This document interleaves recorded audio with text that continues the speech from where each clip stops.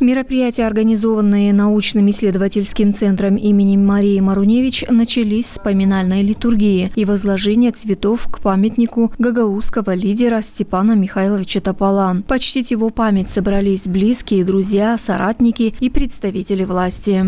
Бүгін бізе дейіні çok bir küsülü gün.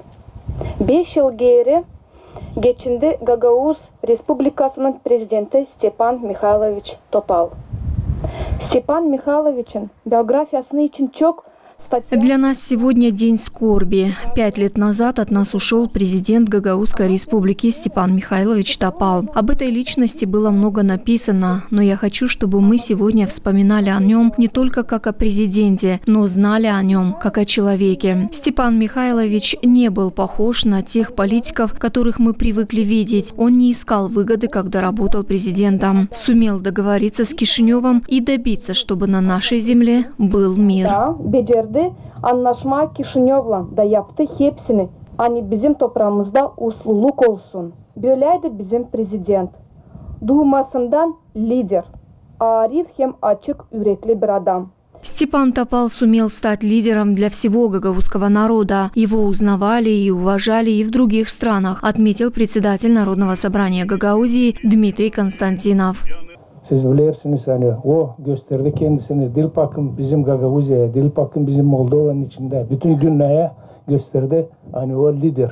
Вы знаете, что его узнавали не только в Гагаузии и Молдове, но и во всем мире. Он показал свои лидерские качества, так как в те времена начались волнения в народе и необходимо было определяться. Тогда нужен был лидер. Тогда им стал Степан Михайлович Топал. В него верили все патриоты, ему доверились, и он стал лидером.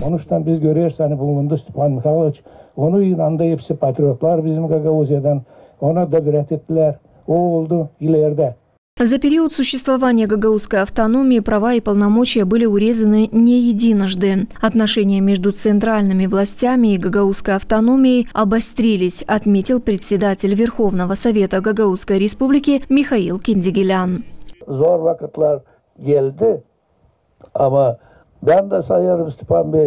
Было много трудных моментов, но я считаю, что сегодня остались еще патриоты, которые не допустят разрушения Гагаузии. Мы сделаем так, чтобы она была сильнее.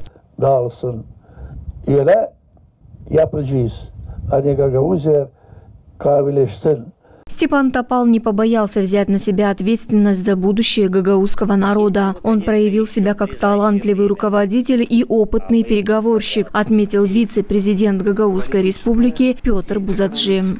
Вот этот путь тернистый был, он его прошел смело, умело.